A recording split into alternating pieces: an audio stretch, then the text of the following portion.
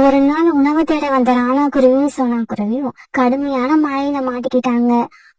அவங்களால மழையில சரியா பறந்து போக முடியல. இருந்தாலும் வீட்டுல பியூட்டி மட்டும் தனியா இருக்கிறத நினைச்சு தொடர்ந்து பறந்துகிட்டு இருந்தாங்க. சோனா, என்ன நடந்தாலும் சரி, நீ என் பின்னால பறந்து வந்துகிட்டே இரு.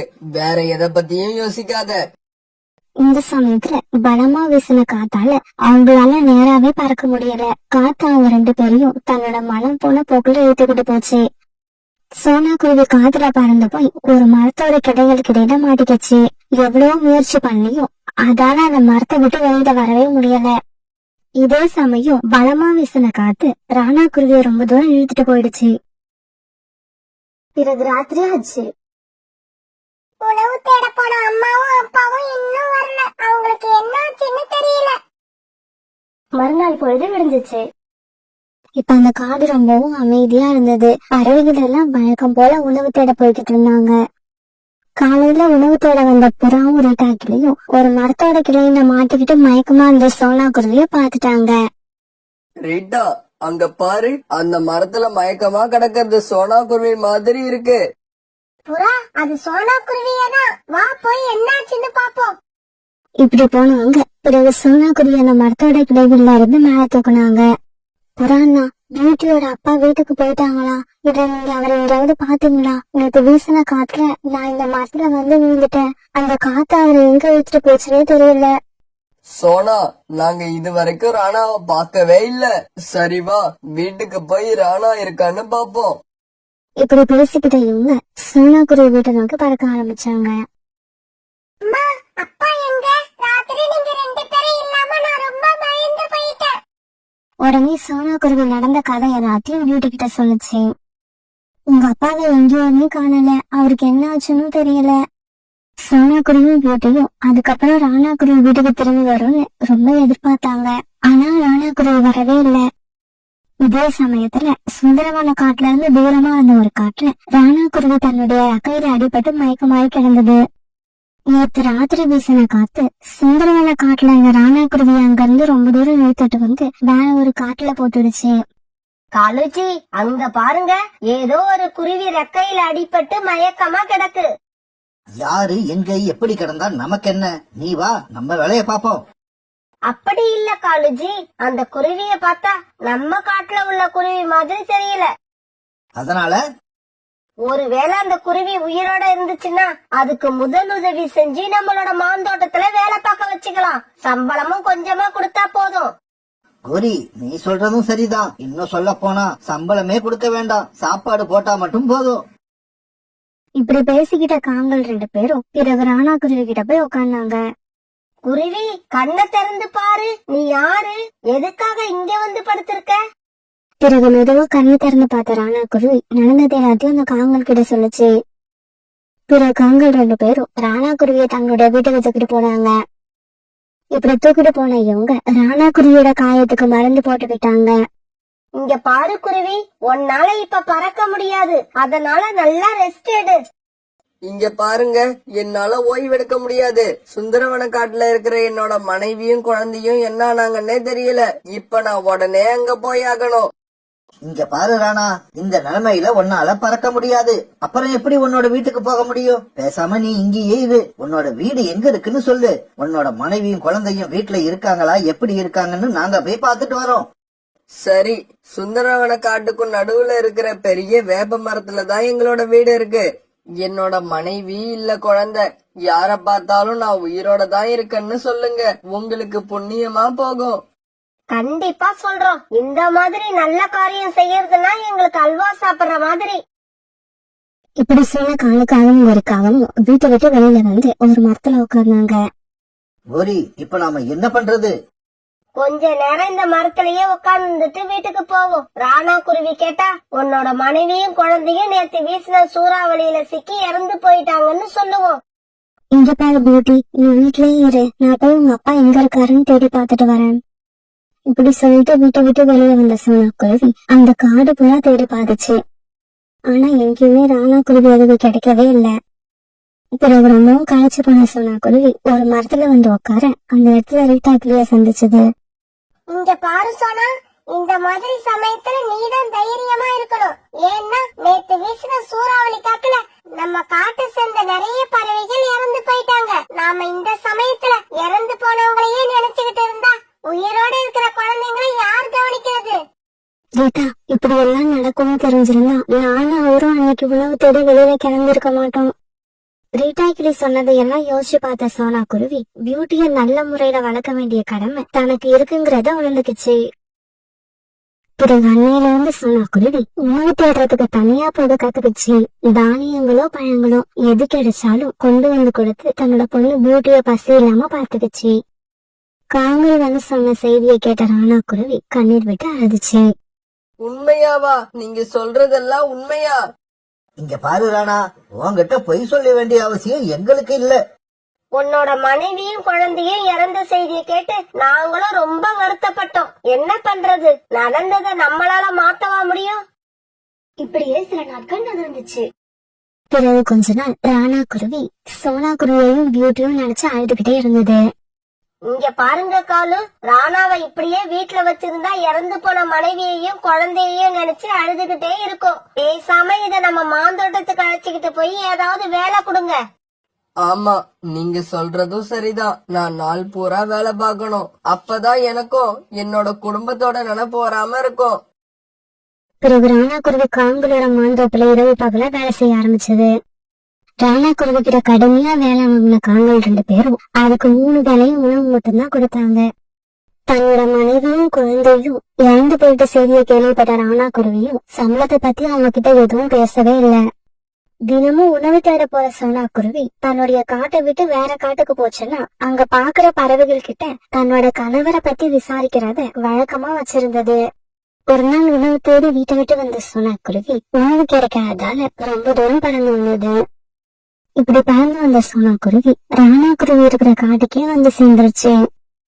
அந்த காட்டுக்கு வந்து சேர்ந்த உடனே ஒரு மரத்துல உட்கார்ந்திருந்த கோரிக்காகத்தை பார்த்துட்டு சோனா குருவி அதுகிட்ட போச்சு.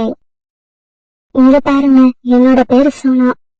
இப்படி ஆரம்பிச்ச சோனா குருவி வழக்கம் போல கோரிக்காகத்துக்கிட்ட தன்னுடைய கணவரை பத்தி விசாரிச்சது. ஐயோ, நம்ம கிட்ட வேலை பாக்குற ராணாவை பத்தி தான் இந்த குருவி விசாரிக்குது. இது கிட்ட உண்மைய சொல்லிட்டா நம்ம மாந்தோப்புல உள்ள வேலையெல்லாம் பிறகு நாம தான் பாக்கணும். சோனா, சூறாவளி வீசின அன்னைக்கு மறுநாள் நீ சொல்ற மாதிரியே ஒரு குருவிய நானும் என் கணவரும் சந்திச்சோம். ஆனா பாரு, நாங்க பார்த்தப்பவே அந்த குருவிக்கு உயிர் இல்ல, அது செத்து போய் தான் கிடந்தது. கோரிக்காக சொன்னதை கேட்டுட்டு சோனா குருவிக்கு இருந்த கடைசி நம்பிக்கையும் போயிடுச்சு. நான் என்னைக்காவது ஒரு நாள் அவரை சந்திச்சிடலாம்னு நினைச்சேன். அது இப்ப நடக்காதுன்னு தெரிஞ்சு போச்சு. சோனா குருவி இதுக்கப்புறம் தன்னோட கணவரை தேடவே தேடாதுன்னு தெரிஞ்சுக்கிட்ட கோரிக்காகவும் ரொம்ப சந்தோஷமா இருந்தது. இதே சமயம் மாந்தோட்டத்துல வேலை பார்த்துக்கிட்டு இருந்த ராணா குருவிய காலுக்காக திட்டிக்கிட்டு இருந்தது. ராணா, இந்த மாமரத்துல பூச்சி வச்சிருக்கிறத நீ பாத்தியா இல்லையா? அதுக்காக தான் நான் நேத்தே உன்னை கடையில போய் பூச்சி மருந்து வாங்கிட்டு வர சொன்னேன். ஆனா நீ இன்னமும் வாங்காம இருக்க. நேத்து நான் வேலைய முடிக்கிறதுக்கு ரொம்பவும் லேட் ஆயிடுச்சு. அதனாலதான் என்னால வாங்க முடியல. இதோ இப்பவே போய் வாங்கிக்கிட்டு வந்துடுறேன். இப்படி சொன்ன ராணா குருவி உடனே அங்கிருந்து மார்க்கெட் நோக்கி பறந்து போச்சு. ராணா குருவி மார்க்கெட்டுக்கு போன கொஞ்ச நேரம் கழிச்சு கோரிக்காவும் மாந்தோட்டத்துக்கு வந்துச்சு. கழுச்சி, இனிமே நமக்கு பிரச்சனையே இல்ல. இந்த ராணாவோட மனைவி சோனா தன்னோட கணவரை தேடிக்கிட்டு நம்ம காட்டுக்கே வந்துடுச்சு. நான் அதுகிட்ட உன்னோட கணவர் செத்து போய் கிடந்தத நாங்க பார்த்தோம்னு பொய் சொல்லிட்டேன். இனிமே அது தன்னோட கணவரை தேடவே தேடாது. அது சரி, ராணாவை எங்க காணோம்? ராணாவை நான் இப்பதான் பூச்சி மருந்து வாங்கறதுக்காக மார்க்கெட்டுக்கு அனுப்பி வச்சேன்.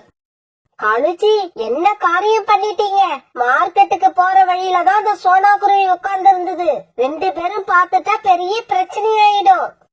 இவங்க இப்படி பேசிக்கிட்டு இருந்த அதே சமயத்துல ராணா குருவி மார்க்கெட்டை நோக்கி பறந்து போய்கிட்டு இருந்தது. இப்படி பறந்து போய்கிட்டு இருந்த ராணா குருவி வழியில ஒரு மரத்துல உட்கார்ந்து அழுதுகிட்டு இருந்த சோனா குருவிய பாத்துடுச்சு. சோனா, சோனா, நீயா? நீ உயிரோட தான் இருக்கியா? ராணாஜி, நீங்க உயிரோட இருக்கீங்களா? நீங்க இறந்து போயிட்டுதான் இப்பதான் ஒரு காகம் என்கிட்ட சொல்லுச்சு. பிறகு ராணா குருவி நடந்தது எல்லாத்தையும் சோனா குருவி கிட்ட தெளிவா எடுத்து சொல்லுச்சு. நம்ம காட்டுக்கு உன்னை தேடிக்கிட்டு வந்த அந்த காகங்கள் திரும்பி வந்து நீயும் நம்மளோட குழந்தையும் இறந்து போயிட்டதா என்கிட்ட பொய் சொல்லிருக்காங்க.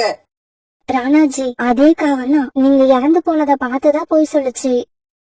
சோனா, இந்த விஷயத்தை இப்படியே விடக்கூடாது. பருந்து மகாராஜா வரைக்கும் கொண்டு போகணும். இப்படி பேசிக்கிட்ட இவங்க 2 பேரும் பிறகு பருந்து மகாராஜா அரண்மனையை நோக்கி பறந்து போனாங்க. காகங்களே, உங்க 2 பேரையும் பருந்து மகாராஜா அழைச்சுக்கிட்டு வர சொன்னாரு. காலுச்சி, பருந்து மகாராஜா எதுக்காக நம்மள கூப்பிட்டு அனுப்பியிருக்காரு? கோரி, பருந்து மகாராஜா சாதாரண ராஜா இல்ல, 18 காட்டுக்கு மகாராஜா. ஏதாவது விருந்துக்கு அவருக்கு மாம்பழம் தேவைப்பட்டிருக்கும், அதனாலதான் நம்மள கூப்பிட்டு இருக்காரு. நமக்கு ஒரு பெரிய ஆர்டர் கிடைக்க போகுதுன்னு நினைக்கிறேன். சீக்கிரம் வா போவோம். இப்படி பேசிக்கிட்ட காங்கள் பிறகு மகாராஜா அரண்மனை நோக்கி பறக்க ஆரம்பிச்சாங்க. காகங்களே, நீங்க செஞ்சது எவ்வளவு பெரிய தவறுன்னு உங்களுக்கு புரியுதா? மகாராஜா, நாங்க செஞ்சது தவறுதான், இருந்தாலும் எங்களுக்கு என்னவோ இது பெரிய தவறா தெரியல. ஆமா மகாராஜா, இந்த காலத்துல சம்பளம் கொடுத்து வேலைக்காரங்களை வைக்கிறது ரொம்பவும் கஷ்டமா இருக்கு. இருந்தாலும் நாங்க செஞ்சது தப்புதான், எங்களை மன்னிச்சிடுங்க. மகாராஜா, எங்களுக்கு சிறை தண்டனை கொடுத்துறாதீங்க. இவ்வளவு நாள் இந்த குருவிகளை நாங்க பிரிச்சு வச்சிருந்ததுக்காக எவ்வளவு வேணாலும் நஷ்ட ஈடு கொடுத்துடுறோம். காகங்களே, ஒரு கணவன் மனைவியை பிரிக்கிறது எவ்வளவு பெரிய பாவம்னு உங்களுக்கு புரிய வைக்கிறேன். வீரர்களே, இந்த 2 காகங்களையும் கொண்டு போய் சிறையில அடைங்க. இவங்க சிறையில இருக்க போற 3 வருஷமும் ஒருத்தரை ஒருத்தர் பாத்துக்கவே கூடாது. மகாராஜாவோட இந்த தீர்ப்பை கேட்ட காங்கள் 2 பேரும் கண்ணீர் விட்டு அழுதாங்க. இவங்க இப்படி அழுததால எந்த புண்ணியமும் இல்ல. வீரர்கள் அவங்க 2 பேரையும் எடுத்துக்கிட்டு போய் சிறையில அடைச்சிட்டாங்க. பிறகு மகாராஜா காங்கள் கிட்ட இருந்து நிறைய நஷ்டஈடு வாங்கி ராணா குருவிக்கும் சோனா குருவிக்கும் கொடுக்க, அதை வாங்கின இவங்க 2 பேரும் சந்தோஷமா தங்களுடைய காட்டை நோக்கி பறக்க ஆரம்பிச்சாங்க. அன்னைக்கு காலையில இருந்து அந்த காட்டுல கடுமையான மழை பெஞ்சுக்கிட்டு வந்தது. அந்த காட்டுல இருந்த மலைப்பகுதியில வாழ்ந்துகிட்டு இருந்த கழுகு தன்னுடைய கூட்டுல நனைஞ்சுக்கிட்டு உட்கார்ந்துருந்தது. கூட்டுல இருந்து கொஞ்ச தூரம் தள்ளி இருந்த மரத்துல அந்த கழுகுடைய குழந்தை விளையாண்டுகிட்டு இருந்துச்சு. பீம், விளையாண்டது போதும், வீட்டுக்கு வந்து அம்மா பக்கத்துல உட்காரு. மழை பெய்யறது தெரியுதா இல்லையா? அம்மா அம்மா, மழையில விளையாடுறதுக்கு ஜாலியா இருக்கமா, இதோ வந்துடுறேன். பீம் இப்படி சொல்லிக்கிட்டு இருக்கும்போது ஒரு பயங்கரமான மின்னல் வந்து உட்கார்ந்து அந்த கழுகக்காவை தாக்கிருச்சு. இப்படி மின்னல் தாக்கின உடனே கழுகக்கா தன்னுடைய உடல் கருகி அப்படியே இறந்து போயிருச்சு. தன்னோட அம்மா உடல் கருகி இறந்து போனதை பார்த்த பீம் உடனே தாவி வந்து பக்கத்துல உட்கார்ந்து அழ ஆரம்பிச்சான். அம்மா எழுந்திருங்கம்மா, எழுந்திருங்க, என் கூட பேசுங்கம்மா. உங்களுக்கு என்னம்மா ஆச்சு? என் கூட இனிமே பேசவே மாட்டீங்களா? நீங்க என் கூட பேசலன்னா வேற யாரு என் கூட பேசுவா? அம்மா அம்மா. தன்னோட அம்மா அசைவு இல்லாம கிடக்காத பார்த்த பீம் இப்படி எல்லாம் சொல்லி கண்ணீர் விட்டு அழுதுகிட்டு இருந்தான். இதே சமயம் அந்த பக்கமா பழந்து வந்த ரீட்டா கிளி கழுகக்காவோட பையன் பீம் அழுவுறத பார்த்துட்டு பக்கத்துல உள்ள ஒரு மரத்துல உட்காந்து கழுகோட கூட்டுல என்ன நடக்குதுன்னு கண்காணிக்க ஆரம்பிச்சது. இப்படி கண்காணிக்க ஆரம்பிச்ச ரீட்டா கிளி கழுகக்கா மின்னல் தாக்கி இறந்து போனதை தெரிஞ்சுக்கிட்ட உடனே சந்தோஷத்துல குதிக்க ஆரம்பிச்சது. இறந்து போச்சு, இறந்து போச்சு, எங்களோட எதிரி கழுகக்கா இறந்து போயிடுச்சு. இதுக்கப்புறம் நாங்க பயம் இல்லாம இந்த காட்டுல எங்க வேணாலும் போகலாம். இந்த விஷயத்த காட்டுல உள்ள எல்லா பறவைகள் கிட்டையும் போய் சொல்லணும். இப்படி நினைச்ச ரீட்டா கிளி உடனே அந்த கழுகோட கூட்டுக்கும் பக்கத்துல இருந்த ஒரு மரத்துல இருந்து 2 இனிப்பான பழங்களை பறிச்சு எடுத்துக்கிச்சு. இப்படி பழங்களை பறிச்சு எடுத்துக்கிட்ட ரீட்டா கிளி சோனா குருவி கிட்ட நோக்கி பறந்து போச்சு. சோனா சோனா, சீக்கிரம் வெளியில வா, ஒரு சந்தோஷமான விஷயம். ரீட்டா, என்ன உனக்கு இவ்வளவு சந்தோஷமா இருக்க? என்ன விஷயம்? சோனா, நம்மளுடைய எதிரியான கழுகு மின்னல் தாக்கி இறந்து போயிடுச்சு. இங்க பாரு, நான் கூட அந்த கழுகோட கூட்டுக்கும் பக்கத்துல இருக்கிற மரத்துல இருந்து 2 பழங்களை பறிச்சுக்கிட்டு வந்திருக்கேன். அந்த கழுகுக்கு ஒரே ஒரு குழந்தை தான் இருக்கு, அதுவும் சின்ன குழந்தை. இன்னும் 2-3 நாள்ல சரியான சாப்பாடு கிடைக்காம அந்த குழந்தையும் இறந்து போயிடும். ரீட்டா, அந்த குழந்தை என்ன செய்யும்? பாவம், அது இந்த உலகத்துக்கு வந்து கொஞ்ச நாள் தான் ஆகுது. சோனா குருவி பேசினது எல்லாம் காதுல வாங்காத ரீட்டாக்கு உடனே அங்க இருந்து பறந்து போயிடுச்சு. சோனா குருவி வீட்டுல இருந்து பறந்து போன ரீட்டாக்கு நேரா காங்களோட வீட்டுக்கு போச்சு. கோரி, உனக்கு ஒரு விஷயம் தெரியுமா? நம்ம காட்டுல இருந்த கழுகு செத்து போயிடுச்சு. கீதா, நீ என்ன உண்மையாவா சொல்ற? ஆமா கோரி, நான் சொல்றது உண்மைதான். கொஞ்ச நேரத்துக்கு முன்னாடிதான் மின்னல் தாக்கி அந்த கழுகு இறந்து போயிடுச்சு. அதோட சின்ன குழந்தை பக்கத்திலேயே உட்கார்ந்து அழுதுகிட்டு இருக்கு. இன்னைக்கு இல்லாட்டி நாளைக்கு பட்னி கிடந்தே அந்த குழந்தையும் இறந்து போயிடும். அதுக்கப்புறம்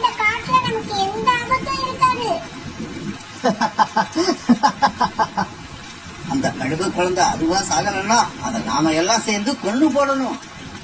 மறுநாள் பொழுது விடிஞ்சிச்சு.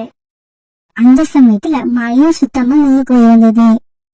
அதுக்கு காலையிலேயே எல்லா பறவைகளும் அந்த காட்டுல இருந்த ஒரு பெரிய மரத்துக்கடியில ஒன்னா போனாங்க. இங்க பாருங்க, அந்த கழுகோட குழந்தைய இப்ப நாம என்ன பண்றது? அத நாம ஒண்ணும் பண்ண வேண்டாம். என்னோட கணக்குப்படி இன்னும் 2-3 நாள்ல அதுவா இறந்து போயிடும். ஒருவேளை அது அப்படி இறந்து போகலன்னா நாமெல்லாம் சேர்ந்து அதை இறந்து போக வைக்கணும். காலம்மா, நீங்க சொல்றதுக்கு என்ன அர்த்தம்? அதுக்கு என்ன அர்த்தம்னா கழுத்தை பிடிச்சி திருகி அதோட அம்மா போன இடத்துக்கே அதையும் அனுப்பி வைக்கணும். இல்ல, அப்படி செய்யக்கூடாது. அது சின்ன குழந்தை. இந்த காட்டுல வாழறதுக்கான உரிமை அந்த குழந்தைக்கு இருக்கு. எனக்கு தெரியும், சோனா குருவி இப்படிதான் பேசும்னு எனக்கு ஏற்கனவே தெரியும். இங்க பாருங்க, அந்த குழந்தைக்கு இப்ப பறக்க தெரியாது. இன்னும் கொஞ்ச நாள் அது உயிரோட இருந்தா அப்புறம் பறக்கவும் கத்துக்கும். அப்படி பறக்க கத்துக்குச்சுன்னா அதுக்கப்புறம் உங்க அம்மா மாதிரியே அதுவும் ஒரு கொடுமையான பறவையா மாறிடும். இப்படி பேசிக்கிட்ட பறவைங்க எல்லாரும் பிறகு அப்படியே பறந்து போனாங்க. அன்னைக்கு சாயங்காலம் சோனா குருவியும் அதோட பொண்ணு வீட்லயும் இப்படி பேச ஆரம்பிச்சாங்க. அம்மா, அந்த கழுகோட குழந்தை ஏதாவது சாப்பிட்டு இருக்குமா? அதுக்கு யாராவது சாப்பாடு கொடுத்திருப்பாங்களா? பியூட்டி, நானும் அந்த குழந்தைய பத்திதான் நினைச்சுக்கிட்டு இருக்கேன். அதுக்கு யாரும் இன்னும் கொடுத்திருக்க மாட்டாங்க. அது எதுவும் சாப்பிடாம பட்னியா தான் இருக்கும். அம்மா அம்மா, அப்பன்னா நாம போய் அந்த குழந்தைக்கு ஏதாவது உணவு கொடுத்துட்டு வருவோம். இப்படி பேசிக்கிட்ட சோனா குருவியும் பியூட்டியும் பிறகு அந்த காட்டோட மலைப்பகுதியை நோக்கி பறந்து போனாங்க. இவங்க அங்க போனப்ப கழுகோட குழந்தை பியூன் அழுதுகிட்டே உட்கார்ந்து இருந்தது. எங்க அம்மா இறந்து போயிட்டாங்க. அம்மாவோட அருமை அவங்க இறந்து போனதுக்கு அப்புறம் தான் எனக்கு தெரியுது. அம்மா இல்லன்னா நமக்கு இந்த உலகத்துல யாருமே இல்ல. அந்த சமயத்துல அங்க போன சோனா குருவியையும் பியூட்டியையும் பார்த்துட்டு பியூன் பயந்து போயிட்டான். நீங்க யாரு? நீங்க யாரு? என்ன கொல்றதுக்காக வந்திருக்கீங்களா? என்ன கொல்லாதீங்க. மகனே, பயப்படாத. நாங்க உன்னை கொல்றதுக்காக வரல, எனக்கு உதவி செய்யதான் வந்திருக்கோம். இந்த காட்டுல உள்ள பறவைகள் எல்லாம் நம்மள கொல்றதுக்கான சந்தர்ப்பத்தை எதிர்பார்த்துக்கிட்டு இருப்பாங்கன்னு எங்க அம்மா நிறைய தடவை சொல்லியிருக்காங்க. இல்ல மகனே, நான் உன்னை சாந்தடிக்க வரல, உனக்கு வாழ கத்துக் கொடுக்க வந்திருக்கேன். இப்படி சொல்ல சோனா குருவி பிறகு அங்க இருந்து பறந்து போய் இனிப்பான ஒரு பழத்தை எடுத்துக்கிட்டு திரும்பி வந்துடுச்சு. மகனே, இந்த பழத்தை சாப்பிடு. இந்த பழம் சாப்பிடக்கூடிய பொருளா? இது வரைக்கும் நான் இந்த பழத்தை சாப்பிட்டதே இல்ல. இதை சாப்பிட்டு பாரு, இது ரொம்ப ருசியா இருக்கும். பிறகு அந்த கழுகுக்கும் அந்த பழத்தை சாப்பிட ஆரம்பிச்சது. இந்த சமயத்துல அந்த வேலையா பறந்து போன ரோனிக்குருவி அந்த கழுகு குழந்தை கூட சோனா குருவி பேசிக்கிட்டு இருக்கத பாத்துருச்சு. இந்த சோனா குருவி இந்த கழுகு குழந்தைய எப்படியும் காப்பாத்த முயற்சி பண்ணும்னு நினைச்சேன். அதே மாதிரி நடந்துருச்சு. இந்த கழுகு குழந்தை உயிரோட இருந்தா நமக்கு தான் ஆபத்து. இப்படி நினைச்ச ரோனிக்குருவி பிறகு அங்க இருந்து பறந்து போச்சு. இப்படி பறந்து போன ரோனிக்குருவி காலுக்காகத்தையும் கொடிக்காகத்தையும் பார்த்து நடந்த விஷயத்த சொல்லுச்சு. இங்க பாருங்க, அந்த சோனா குருவி அந்த கழுகு குழந்தைக்கு பழம் சாப்பிட கத்து கொடுக்குது. பழத்தை சாப்பிட்டு அந்த குழந்தை உயிர் வாழ ஆரம்பிச்சிடுச்சுன்னா அது நமக்கு பெரிய ஆபத்து. ரோனி, நீ சொல்றது 100க்கு 100 உண்மை. நானும் காலேஜியம் போய் இப்பவே இந்த சோனா குருவியை பாக்குறோம். இப்படி சொன்ன கண்கள் 2 பேரும் பிறகு சோனா குருவி வீட்டை நோக்கி போனாங்க. சோனா, அந்த கழுகோட குழந்தைக்கு பழம் சாப்பிட கத்து கொடுக்கறியா? உனக்கு என்ன, அந்த குழந்தைக்கு அம்மான்னு நினைப்பா? இங்க பாரு சோனா, நீ இப்படி எல்லாம் செஞ்சு அந்த கழுகு குழந்தைய உயிர் வாழ வைக்கணும்னு நினைச்சீன்னா அந்த குழந்தை கூட சேர்த்து உன்னையும் கொன்னுடுவோம். நீ எந்த தவறும் செய்யல. அந்த குழந்தைக்கு நான் வேட்டையாடவும் கத்து கொடுக்கல, மாமிசம் சாப்பிடவும் கத்து கொடுக்கல. அந்த குழந்தைய ஒரு பழத்தை சாப்பிட சொன்னது தப்பா? அந்த குழந்தை உயிரோட இருந்துச்சுன்னா இன்னும் கொஞ்ச நாள்ல மாமிசம் சாப்பிட அதுவா கத்துக்கும். இங்க பாருங்க, எதுக்கு வளவளன்னு பேசிக்கிட்டே இருக்கீங்க? சோனா, இதுக்கப்புறம் நீ அந்த மலைப்பகுதிக்கு போய் அந்த குழந்தைய சந்திச்சனா உன்ன நாங்க இந்த காட்டை விட்டே விரட்டி விட்டுடுவோம். ஜாக்கிரதை. இப்படி சொல்லிட்டு காவல் 2 பேரும் அங்கிருந்து பறந்து போயிட்டாங்க. மறுநாள் பொழுது விழுந்துச்சு. மறுநாள் எல்லா பறவையும் சேர்ந்து அந்த காட்டுல இருந்த ஒரு பெரிய மரத்தடியில பஞ்சாயத்தை கூட்டினாங்க. இங்க பாரு சோனா, நாங்க எல்லாம் சேர்ந்து ஒரு முடிவு பண்ணிருக்கோம். அதனால நீ அந்த கழுகு குழந்தைய காப்பாத்தணும்னு நினைச்சன்னா இந்த காட்டுல உனக்கு இடம் கிடையாது. நீ இப்பவே இந்த காட்டை விட்டு வெளியே போகலாம். இந்த முடிவை கோரிக்காக மட்டும் எடுக்கல, நாங்க எல்லாரும் சேர்ந்து எடுத்த முடிவு தான் இது. நீங்க இந்த முடிவை எடுக்கிறதுக்கு முன்னாடி நான் ஒரு முடிவு எடுத்துட்டேன். அதாவது இந்த காட்டை விட்டு போறதா முடிவு பண்ணிட்டேன். இங்க பாருங்க, இந்த காட்டை விட்டு போறேன்னா அப்படியே போயிட மாட்டேன். என்னைக்காவது ஒரு நாள் என்னோட குழந்தையோட திரும்பி வருவேன். ஒரு தாயோட அன்பு ஒரு குழந்தைய எப்படி எல்லாம் மாற்றும் உங்களுக்கு எல்லாம் அன்னைக்குதான் தெரிய வரும். இப்படி பேசிட்டு தன்னுடைய வீட்டுக்கு போன சோனாக்குருவி தனக்கு தேவையான பொருட்கள் ஒரு சின்ன மூட்டைய கட்டி எடுத்துக்கிச்சு. பியூட்டி, வா நம்ம கிளம்பலாம். நீ, நான், இந்த கழுகுல குழந்தை, நம்ம 3 பேரும் இந்த காட்டை விட்டு வேற ஒரு காட்டுக்கு போக போறோம். இப்படி சொன்ன சோனாக்குருவி பிறகு தன்னுடைய பொண்ணு பியூட்டிய கூப்பிட்டு அங்கிருந்து மலைப்பகுதியை நோக்கி பயந்து போச்சு. மகனே, நாம இந்த காட்டை விட்டு ரொம்ப தூரம் போக போறோம். நீயும் இங்க கூட இருந்துரு. அம்மா, நாம எங்கம்மா போக போறோம்? இங்க பாரு, அம்மாவும் உன்னுடைய அக்கா பியூட்டியும் எங்க போறணும் அங்கதான் நீயும் வரணும். நாம எல்லாரும் வேற காட்டுக்கு போய் சந்தோஷமா வாழலாம். சோனாக்குருவி பியூட்டியும் பேசினது கேட்ட பியூனோட கண்கள்ல இருந்து கண்ணீர் வர ஆரம்பிச்சது. நான் உங்க கூட வர தயாரா இருக்கேன், ஆனா எனக்கு பறக்க தெரியாதே. அத பத்தி நீ கவலைப்படாத, உன்னை எப்படி அழைச்சிட்டு போகணும்னு எனக்கு தெரியும். பிறகு பீமா தூக்கிட்டு சோனாக்குருவி பறந்துட்டு சோனாக்குருவி எடுத்துட்டு வந்த சின்ன மூட்டையை தூக்கிட்டு பியூட்டி பறந்து போச்சு. ஒரு தூய்மையான தாயன்பு எப்படி இருக்குன்றதுக்கு உதாரணமா சோனாக்குருவியோட நடவடிக்கை இருந்துச்சு. நண்பர்களே, சோனாக்குருவியோட இந்த முடிவு சரியா தவறா? உங்களோட கருத்துக்களை கண்டிப்பா எங்களுக்கு தெரியப்படுத்துங்க.